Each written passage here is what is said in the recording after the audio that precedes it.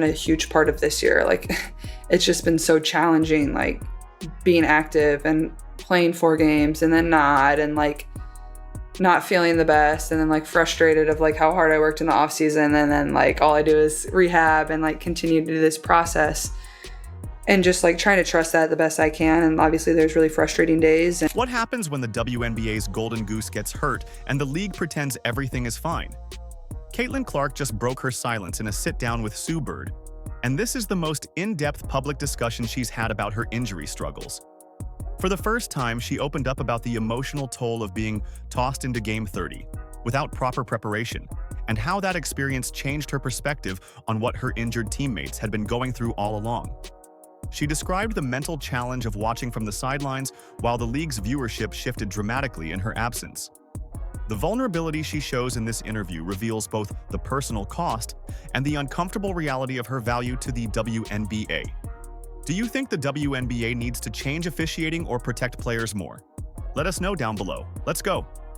There's days where like it's a little bit easier and like you're very, very motivated and like you're close to the finish line of getting back and being back, and then like it's not like I have a training camp to like build up to like playing my first game again. It's like, no, like you're tossed into Game 30, like go try to play well. Like it's hard, like it really is. And I think it has given me really good perspective on like what a lot of my teammates and people that I've, teams I've been a part of, like certain people have had to go through. Like I've never been through anything like this. Clark's injury struggles began early and hit without warning, forcing her to confront a reality she had never faced in her basketball career. The left quad injury during preseason was just the beginning of what would become a season-defining challenge. She missed 5 games with a left quad strain from May 28th to June 10th, then faced another setback with a left groin injury that sidelined her for 4 regular season games, plus the Commissioner's Cup final from June 26th to July 5th. The right groin injury that has kept her out since July 15th became the final straw in a stop-and-go season that tested her mental toughness more than any physical challenge she had faced.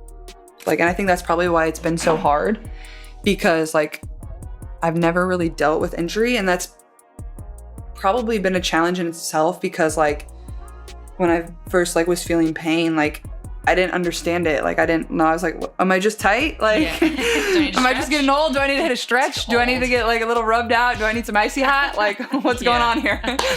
So I think it's been a balance of like understanding my body. And I know like, whether it's this year, whether it's next year, and even throughout my career, I'm going to be very thankful for this moment. The uncertainty ate at her in ways she never expected. This is someone who never missed college games, suddenly dealing with the harsh reality of professional basketball's physical demands. Clark described the experience perfectly in her interview with Sue Bird. "It's not like I have a training camp. You're tossed into Game 30. No usual ramp-ups, just trust your body and hope it holds together when you step back on the court." The stop-and-go nature of her season became the most agonizing part of the entire ordeal. I think early on with the first couple injuries, I was like, oh, like I need to get back. But I think like my mom texted me like after this last injury, and like they know how hard it's been on me. But my mom was like, you've taken so much time for everybody else. Like you have to take time for yourself now. So just trying to do that the best I can too. Her mother's emotional text hit different during this struggle. "You've taken so much time for everybody else. You need to take time for yourself now." Those words carried weight that Clark had never felt before. The pressure to return quickly wasn't just about basketball anymore. It was about learning to prioritize her own health over everyone else's expectations. This moment marked a turning point in how she viewed her role and responsibilities. Viewership and ticket sales are like up across the WNBA, and then and they're also, when you don't play, there's a dip, like a substantial dip. So how do does it impact your patience? You know what I mean? Like you're coming back from this injury and you know this, everybody knows this, that when you play that changes. Yeah. I guess the better question is, how are you like managing it so it doesn't impact your patience? Meanwhile, the numbers revealed the uncomfortable truth about her value to the league. The Fever clearly played better with her available. Their winning percentage was noticeably stronger when Clark was on the floor, going 8 wins and 5 losses with her compared to their struggles without her presence, where the team has 9 wins and 9 losses. Attendance dropped during her absences, and television ratings showed similar dips. The May 17th Sky Fever matchup had drawn around 2.5 million viewers as a WNBA viewership highlight, while later contests without Clark and other stars averaged closer to 1.5 million on ABC. The team found themselves fighting for a playoff position while missing their primary scorer and playmaker. The Fever even had stretches with only 9 players available due to injuries around the roster, as league rules limited immediate hardship signings in some windows. Definitely been hard. Yeah.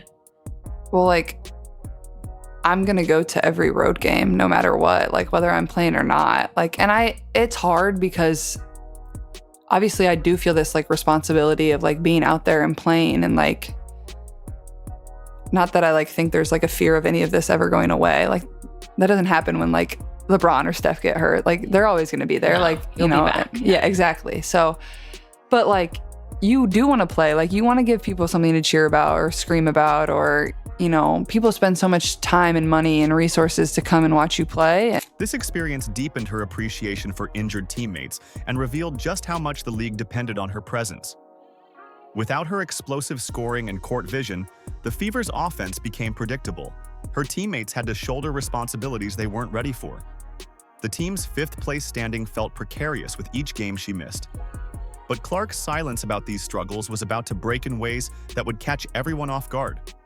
It's been cool to like see people continue to show up, and like for my teammates, whether they're like fans of the Fever or just fans of myself, like they're continuing to show up and support. And like, that's why I've been trying to take as much time as I can. Like, I sign autographs for way longer when I'm hurt than when I'm active. Yeah. So that's never something I like wish for, but like, you know, I still want to make as much time as I can for people and, you know, give them something that they can remember. And When Clark sat down with Sue Bird, the conversation took an unexpected turn that had league executives scrambling. Her candid moments about officiating revealed a side of her leadership that caught everyone off guard. Sue Bird asked Clark about her sideline coaching during games she missed due to injury. Clark's response was pure fire. She smiled and said she was more so coaching the refs before delivering the knockout punch. "I would make a good ref. I wouldn't miss a call." The words hung in the air like a direct challenge to league headquarters.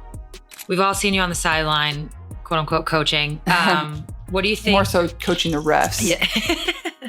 This wasn't just a throwaway joke from a frustrated player. Clark's comment landed in the middle of a contentious season where officiating had become a league-wide talking point. Coaches and other players had already spoken out publicly about consistency issues, with some teammates even facing fines for their criticism. Her timing made the remark impossible to dismiss as casual banter. I feel like I would be a really good ref, though, from the side. Yeah. Like, I wouldn't miss the call. Backseat ref. Now that Clark is one of the WNBA's biggest draws, her critiques carry major weight throughout the league. Her delivery mixed humor with conviction, making it clear she wasn't just complaining about calls that didn't go her way. Her basketball IQ gave substance to the criticism. She had studied film. She knew what fouls looked like. She understood positioning and contact better than most players in the league. Her willingness to speak up about perceived discrepancies positioned her as more than just a player. Clark wanted to influence the game itself. She had watched calls go against her teammates while sitting on the sideline. She noticed patterns in how games were officiated. Her experiences with hard fouls and what she perceived as cheap shots during her rookie season fueled this outspoken commentary. I think the most challenging part of like all this, so obviously I have the first injury and I sit out 4 games and then I come back and I play really well. Yeah. And I feel really good. And like even just begin the year, like I played great. Like I started the year really good. Like I felt really great. Like my numbers were great. I was shooting the ball well. And then I get hurt and it's like, okay, like you got to get healthy, whatever. You're like, I'm going to do whatever I can, you know, to get back to what I was doing and whatever, feel good. The subtle jab fit into a larger pattern of frustration that had been building across the league. Players had been whispering about inconsistent officiating for years. Clark gave voice to those concerns with her platform and influence. League executives watched nervously as their biggest star publicly questioned the quality of officiating. The WNBA couldn't afford to alienate Clark, but they also couldn't ignore her direct challenge to their referees. But her criticism of officiating only scratched the surface of a much darker reality she had been living through. The physical punishment she endured went far beyond normal newcomer treatment, and the consequences were starting to show. Clark's rookie season last year and her sophomore season this year revealed something troubling about how the league's biggest star was being treated on the court. This wasn't just about adjusting to pro basketball. It was about surviving a level of physicality that felt personal and systematic. Every game brought challenges that went far beyond normal defensive pressure. What was the biggest adjustment out of all of that? I think just how much I was getting pressured. Like it was just like constant full court. And also I think as the season went on, like that chilled out as much. Like it's hard to like want to do that an entire season. Like teams like you don't want to pick up 94 feet the entire season. Like that's just hard. Clark and many observers felt the level of physicality she faced was unusually intense. Opponents used relentless tactics, constant full court pressure, traps, and angle forcing that changed how she got her looks and increased wear and tear. Clark described experiencing constant full court pressure that represented systematic targeting beyond standard rookie treatment. This wasn't about teaching a newcomer the physicality of professional basketball. Teams developed specific strategies to limit her impact through exhaustion and physical pressure rather than skill-based defense.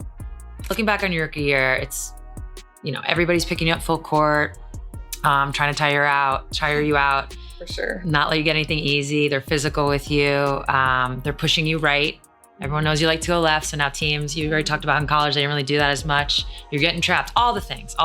The deliberate nature of this treatment becomes clear when examining how opposing teams approached Clark versus other rookies.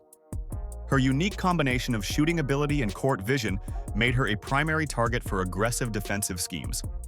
Teams weren't just trying to stop her from scoring. They were trying to break her down physically over the course of entire games.